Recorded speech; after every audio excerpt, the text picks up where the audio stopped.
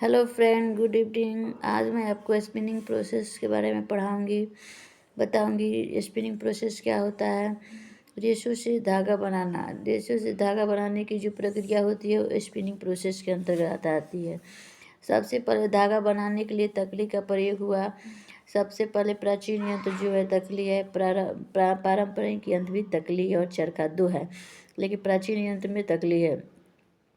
तकली जैसे दिख रही है, स्पिंडल इसको इंग्लिश में कहते हैं। हाथ से चलने वाला यंत्र है।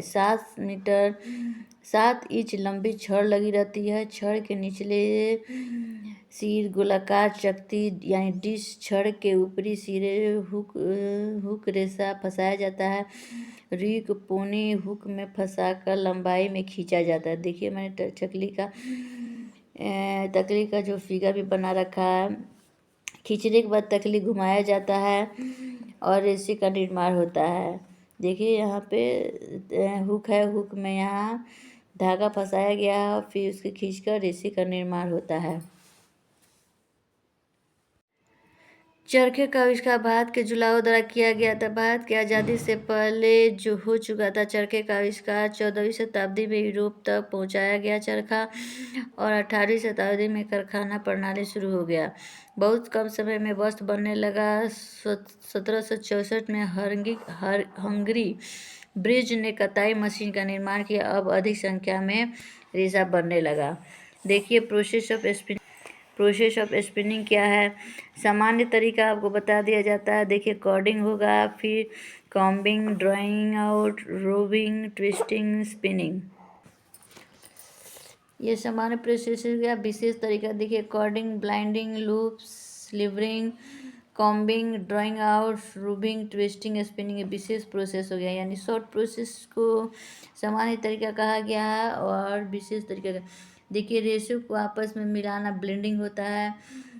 रोलरों से गुजार कर चादर बनाना, धागे की पोनी बनाना स्लीवरिंग, और रेशे से गुजार कर चादर बनाना लूप्स। ये सब मतलब ये सामान्य और विशेष प्रोसेस हो गया। टाइप्स ऑफ स्पिनिंग में देखिए क्या क्या है। यांत्रिक विधि है और रासायनिक विधि है। तो यांत्रिक विधि में क्या दो तरीके हैं, परंपरागत और समान यांत्रिक विधि। और परंपरागत में मैंने आपको पहले ही बता दिया है, तकली और चरखा है। और समान यांत्रिक विधि देखिए, ring spinning, self twist spinning, open end spinning, friction spinning, twistless and electrostatic spinning. देखिए ये लास्ट में इलेक्ट्रोस्टैटिक स्पिनिंग है। ये है सामान्य विधि। देखिए रासायनिक विधि में क्या क्या है। रासायनिक विधि जो दूसरा है, आर्द्र, शुष्क, पिघली और बायो कंपोनेंट। तो समान विधि में पहला है रिंग कताई, सूत काटने की प्राचीन विधि। सामान्य विधि में जो है, यांत्रिक विधि में सबसे प्राचीन विधि रिंग कताई ही है।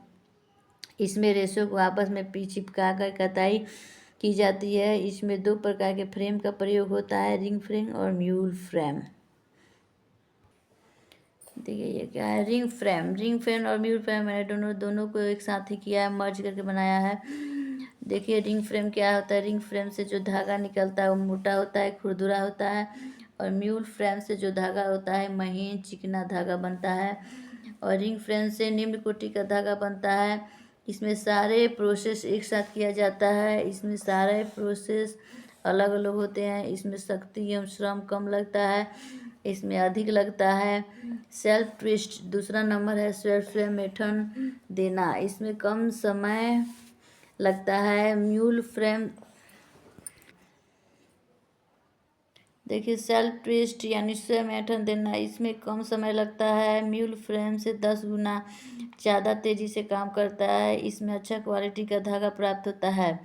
3 नंबर देखिए, ओपन एंडिंग स्पिनिंग, खुला अंतिम सिलाई आविष्कार 1960 में। इसमें कॉर्डिंग किए हुए रेशे का इस्तेमाल होता है। इसमें कॉम्बिंग नहीं होती, इससे मोटा खुरदुरा धागा प्राप्त होता है। इसमें समय और शक्ति का प्रयोग होता है। और ये देखिए इसमें क्या आ गया, हाँ, घर्षण कताई, फ्रिक्शन देखिए, फ्रिक्शन स्पिनिंग में क्या होता है, रोलरों के बीच रेशा डालकर घर्षण द्वारा धागा बनाया जाता है। देखिए मैंने बना रखा है 2 रोलर और धागा। इसका आविष्कार 1970 में हुआ था। इससे बने धागा चमकदार सुंदर होता है। घर्षण द्वारा ऐंठन कॉर्डिंग की गई पूर्णिया प्रयोग तनाव संबंधी अभाव, तनाव सामर्थ्य अभाव, धागा कमजोर होता है। ऐंठन रहित कताई, देखिए ट्विस्टलेस स्पिनिंग, इसमें ऐंठन नहीं दी जाती। रेसे चिपकाने के लिए गोंद का प्रयोग होता है और देखिए रोलर से गुजारा जाता है, गुजार कर पानी से धोकर चिपकाने वाले पदार्थ को हटाया जाता है। इलेक्ट्रोस्टैटिक्स, सर्वश्रेष्ठ उच्च गुणवत्ता वाले धागे प्राप्त होते हैं इस विधि से। इसमें इलेक्ट्रिक का प्रयोग कर छोटे रेशे को बड़े रेशे से अलग कर दिया जाता है। रासायनिक कताई, ये देखिए रासायनिक कताई, आदर्श कताई, वेट स्पिनिंग, इस विधि द्वारा एक्रिलिक एरामेंट स्पेंडेक्स यानी स्पिनरेट से निकलते समय जो धागा निकलता है वही होता है आदर्श कताई। देखिए ये सूखी अवस्था में होते हैं, इन्हें धोकर इनकी कताई की जाती है। स्पिनरेट यानी सावर की आकृति जैसा होता है, इसमें घोल को स्पिनरेट से में डाला जाता है, इससे धागे शुष्क अवस्था में निकलते हैं और धागों से निकलने पर धुलाई की जाती है। शुष्क कताई, देखिए ड्राई स्पिनिंग में क्या होता है, एसीटेट यानी रेयान का भाग होता है, इससे एसीटेट की कताई की जाती है। इसमें एसीटेट का घोल को स्पिनरेट में डाला जाता है। जब धागा बाहर आता है तो उसे गर्म हवा यानी हीट चेम्बर से गुजारा जाता है, इससे धागा सूख जाता है और सूखने के बाद धागे को खींचकर ऐंठन देकर लपेट लिया जाता है। और ये देखिए पिघली कताई में क्या क्या आता है, पिमेल्ट स्पिनिंग, इससे रेयॉन पॉलिस्टर, ठोस रेयन पॉलिस्टर जैसे धागे प्राप्त होते हैं। ठोस फ्लैक को गाढ़ा घोल बनाया जाता है। गाढ़े घोल को स्पिनरेट से गुजार कर हवा वाले चैम्बर में भेजा जाता है। ये ठंडा होकर सख्त हो जाता है, फिर इसको खींचकर ऐंठन देकर बांट दिया जाता है और धागे को सूल यानी स्पूल में लपेटा जाता है। बायो कंपोनेंट कताई के पॉलीमर को अलग अलग कंपोनेंट के छिद्रों से निकालकर खींचकर ऐंठन व बटाई की जाती है। बटाई के पश्चात धागे को काटा जाता है। ये हो गया, मैंने आपको बताया स्पिनिंग प्रोसेस और स्पिनिंग में कौन कौन से जैसे तकली और चरखा का प्रयोग होता है। इससे भी एक प्रश्न आते हैं, आप इसको ज़रूर देखिएगा। प्लीज़ मुझे सपोर्ट कीजिए और लाइक शेयर एंड सब्सक्राइब कीजिए। Thank you so much.